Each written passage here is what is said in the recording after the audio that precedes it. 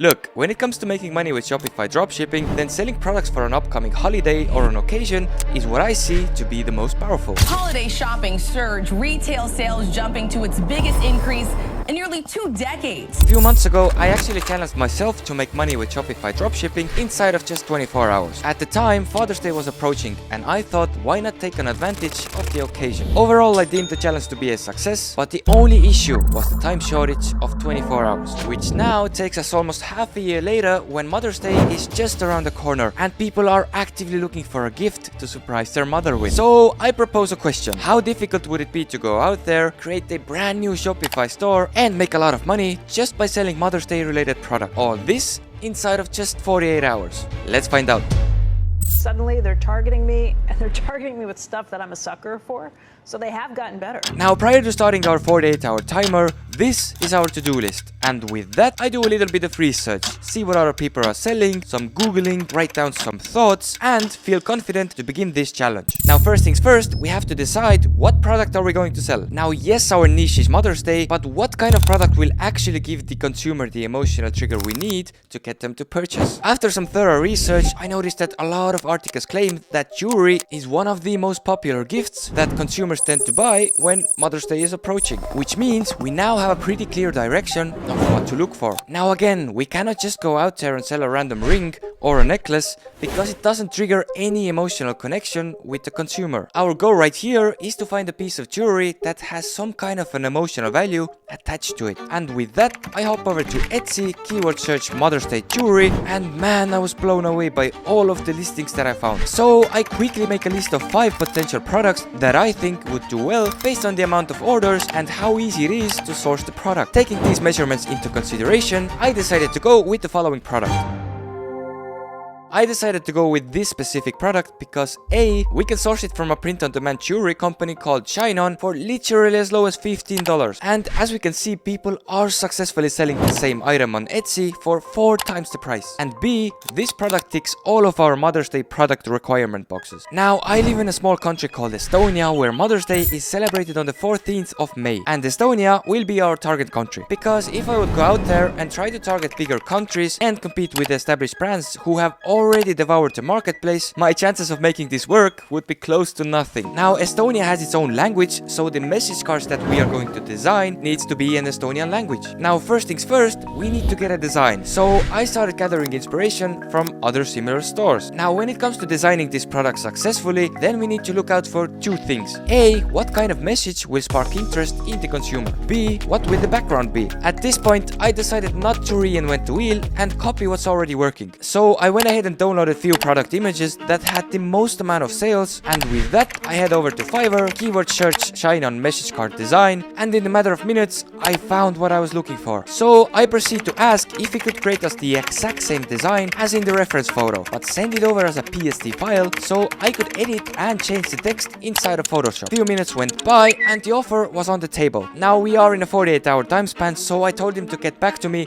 literally as soon as possible. Now while we are waiting, I start to build out the new Shopify store, which I then immediately paused because we don't have a store name. As I mentioned before, we are targeting my home country Estonia, which has its own language, and after thinking of what to name the store, I came up with this. So I quickly head over to Canva to design our logo and we are good to go. Back to Shopify. Now we just need to finalize the account setup, design the store, and connect the jewelry print-on-demand application Shine On with Shopify. Few hours went quickly by and the store was starting to look like an actual jewelry store. While I was building out the store, I also got a message from Fiverr that our order was complete. Yeah, I think this will do.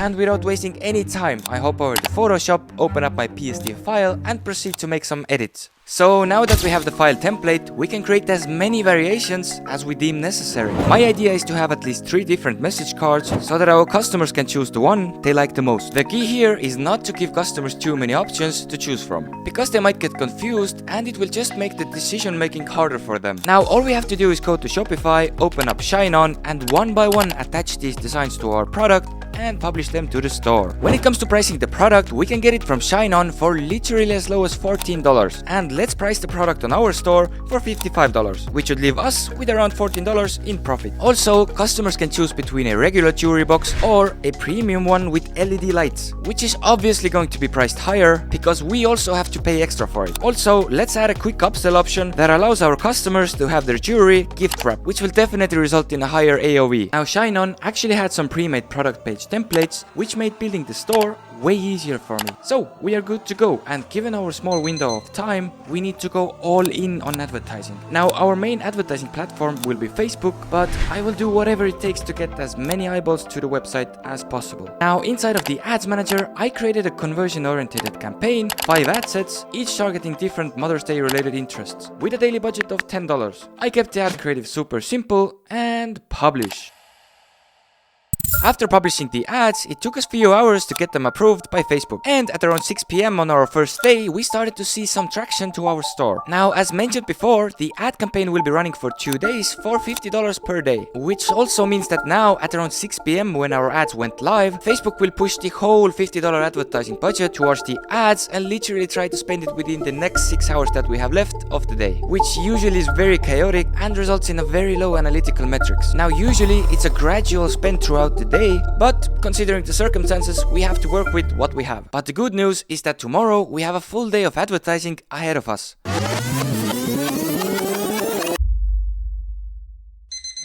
Our 48-hour challenge is coming to an end, and man, it was a journey. On the first day of advertising, we had 60 visitors come to our website, but no sales. Fortunately, converting audience came just the right time, and on the second day, which is today, we actually had 3 orders totaling in at around $229. But the question is, were we profitable? This is where an application called True Profit comes to play. True Profit is an application that allows us to track our store profits in real time. And what I like the most about it is that it does all of the calculations for you. You can even connect your Facebook Ads Manager with True Profit, and then the application automatically takes your ad spend into consideration. They also have a mobile application which allows you to keep track of your profits easily from your phone. Our overall expenses for this challenge came to be Fiverr 10, GoDaddy 10, advertising 86, and COGs 69. And if we subtract our overall sales from these expenses, we are left with around $59 in profit. Now, if you think you're doing everything right and still not seeing any results, then you should watch this video next, because it just might be the one last piece missing from your puzzle.